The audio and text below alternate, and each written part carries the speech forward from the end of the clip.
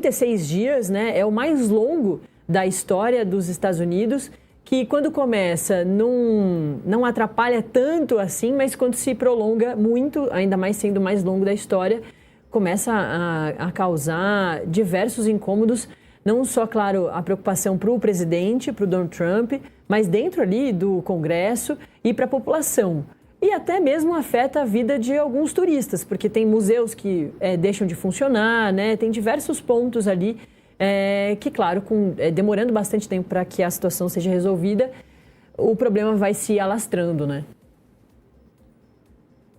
Olha, essa questão do shutdown é uma questão bastante sensível e bastante preocupante por vários sentidos, né? A gente está falando de uma paralisação de um governo que é a maior economia até o momento, a maior economia do mundo, e a gente está falando de funcionários públicos sem receberem seus salários.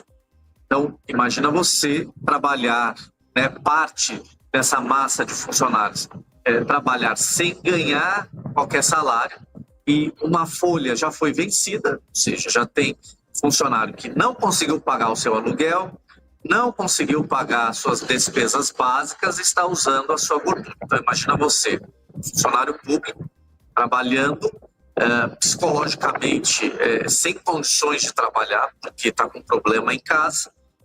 Então, imagina você, né? Acredito que muita gente no Brasil já ficou sem salário 1 mês, 2 meses, sabe realmente dessa dificuldade de trabalhar. Fora isso, tem também uma outra parte de funcionários que estão em casa, à disposição do governo, também sem receber salário. Ou seja, não tem previsão nenhuma de receber o salário dessas pessoas, ou seja, é somente a garantia de que está empregado.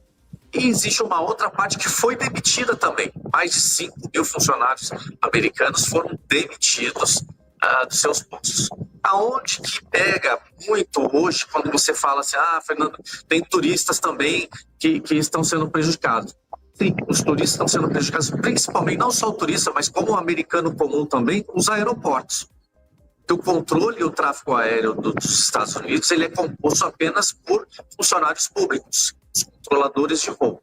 Só para você ter uma ideia, domingo nós tivemos aí 5 mil voos atrasados e mais de 1.000 cancelados. E essa está sendo a média diária. Então, veja que há um problema crônico sendo construído e sendo acumulado aqui nos Estados Unidos. E tem mais também, se quiser tem mais problema dessa questão. A gente, por exemplo, existe uma norma aqui nos Estados Unidos que todo final de shutdown, por exemplo, vamos supor se hoje termina o shutdown, o Congresso americano entra no acordo e terminou hoje. Existe um parágrafo na lei que diz o seguinte, que terminou hoje, por exemplo, o governo já tem que pagar o salário retroativo daqueles que trabalharam, ok? Só que Donald Trump, na segunda semana do shutdown, o que ele fez? Ele anulou esse parágrafo, dizendo que não tem que pagar. Ou seja, já existe uma intenção de calote do salário desses funcionários que trabalharam durante todo esse período. Então, esse é um problema. Segundo problema, a gente tem um problema de folha de pagamento, por exemplo, dos militares.